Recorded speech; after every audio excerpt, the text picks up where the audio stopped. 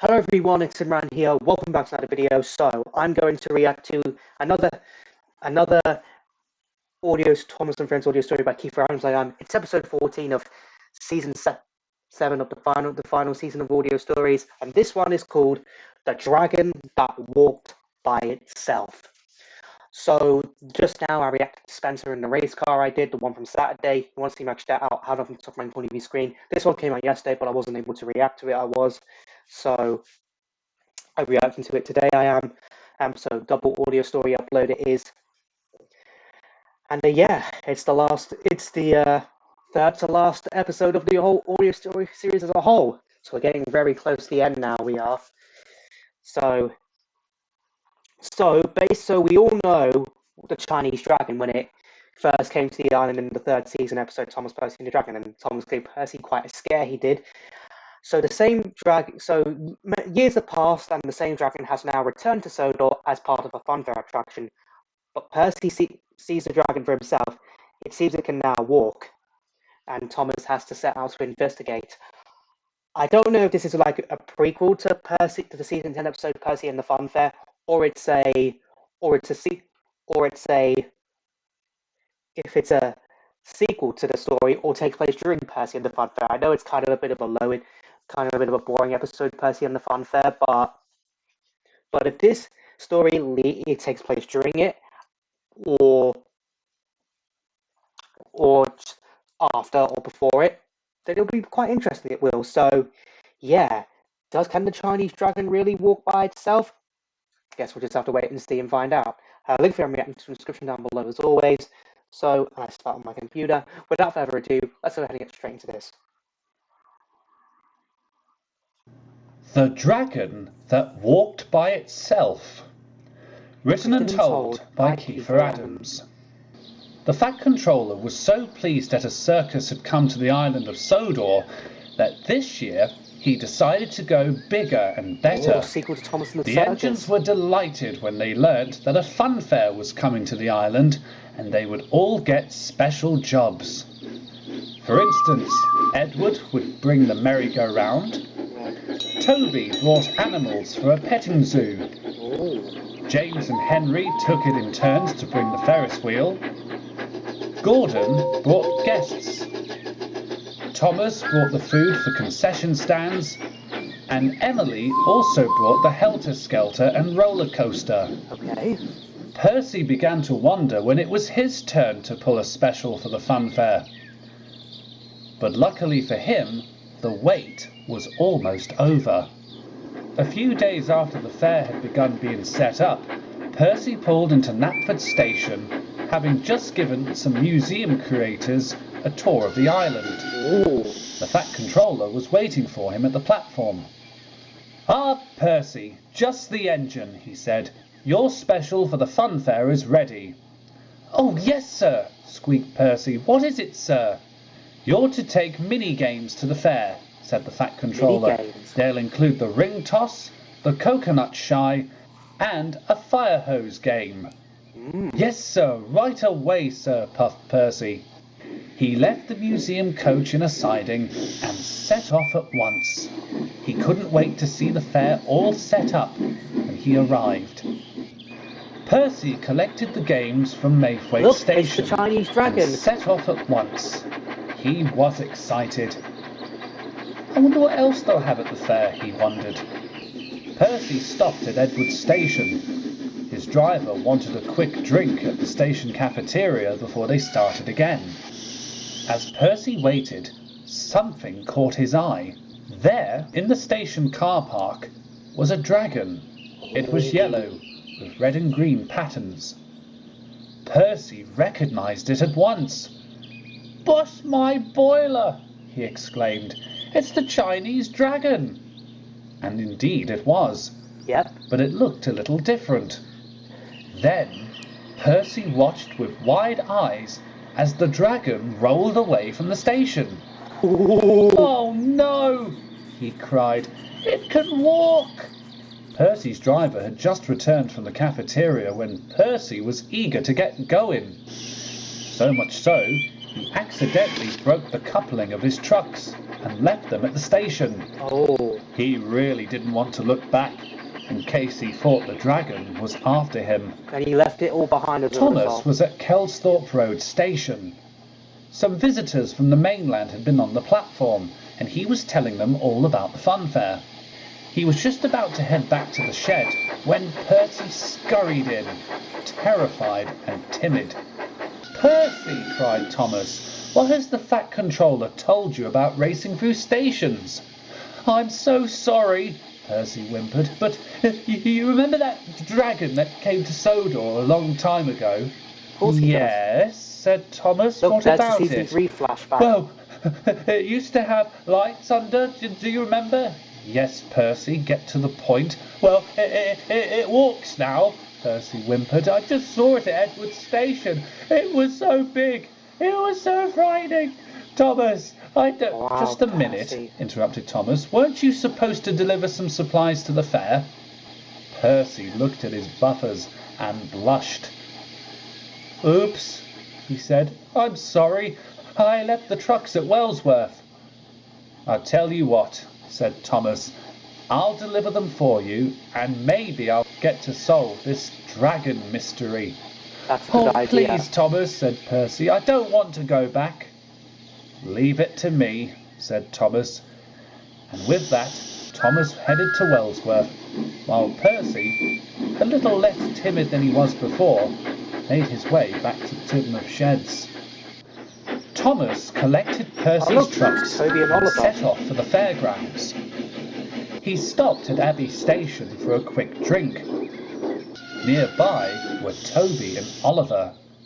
"Are you sure about that, Oliver?" Toby was asking. About what? "Unsure about what?" asked Thomas. "Well, I'm not sure if you know it," said Oliver, "but there's a dragon on the island." "This sounds about right," muttered Thomas. "Let me guess. Yellow with red and green patterns, and it seems to be walking." "Yes," replied Oliver. "How did you know?" "Because I delivered that dragon years ago," replied Thomas. "Driver said it was made of paper." "Did it have lights under it?" "Not according to Oliver," replied Toby. "Right," said Thomas.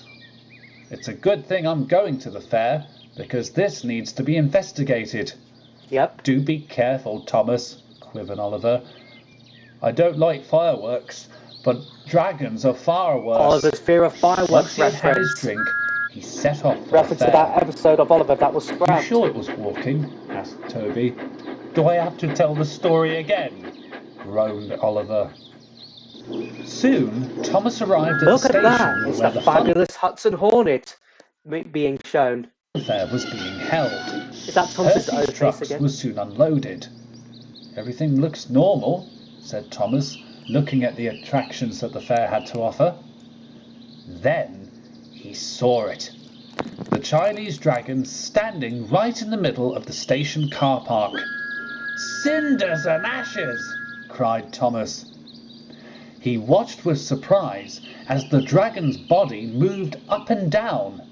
Its head tilted from side to side and its tongue stuck out. Oh wow, so it's doing It that. then looked at Thomas. "Horrors!" he cried. "What do you think of this then?" called a voice. Thomas was surprised to see Butch the breakdown It's vehicle Butch. backing onto the dragon. Then he noticed that the dragon itself was perched on Butch's trailer. "I don't understand," said Thomas. "I delivered this dragon years ago. It never did that." "That was the old one," replied Butch. Oh. "This one can now dance. Look." Thomas looked carefully and was surprised to find 3 performers emerge from under the dragon's body. One of them still had the dragon's head on him. "So that's how it can move," exclaimed Thomas. It was "But performers. Percy saw it leave the Wow. station." "Oh, that was me," replied Butch. "I just had it hitched to my trailer. I'm just about to take it into the fairground." Thomas heaved a sigh of relief. Butch drove away with the dragon, and Thomas, with Percy's trucks now unloaded, made his own way back to Tidmouth Sheds, quite relieved he had solved the mystery of the dragon just as he had promised Percy. When Thomas reached Tidmouth Sheds, Percy was talking about the first time the dragon arrived to Emily and James. "Oh yeah, I remember that," said James. "Didn't I say it would gobble you up?" "Clearly it didn't," said Percy. He was relieved when Thomas backed in. "Oh, here's Thomas. He can tell you." "This I've got to hear," said Emily. "Well, Thomas, does the dragon walk? Did it?" Thomas looked at his friend and smiled. "Go on, Thomas," encouraged James. "Surprise us." "Why, Percy?" he said. Thomas paused impressively. Then he chuckled, giving a small wink. "It does walk on its own. We'd better be prepared for the day it grows wings and possibly flies over all of us." James and Emily stared in surprise. But of course, Thomas decided to tell the truth.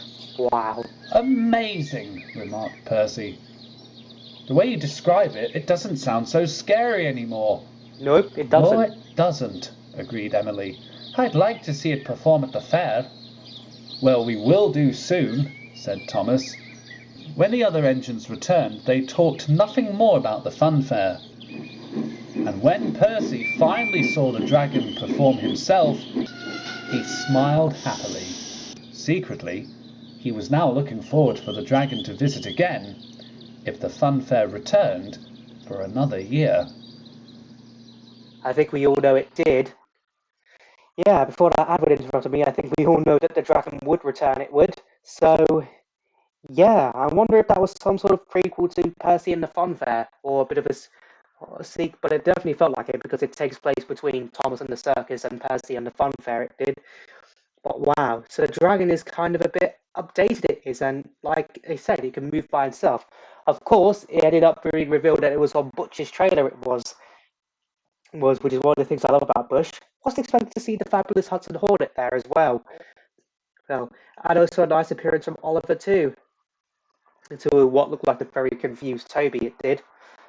So, yeah, yeah, that was actually quite a good audio. That was a good slice of life audio story. It was right there. Like how Percy ended up leaving his trucks behind as a result of his willingness to get away.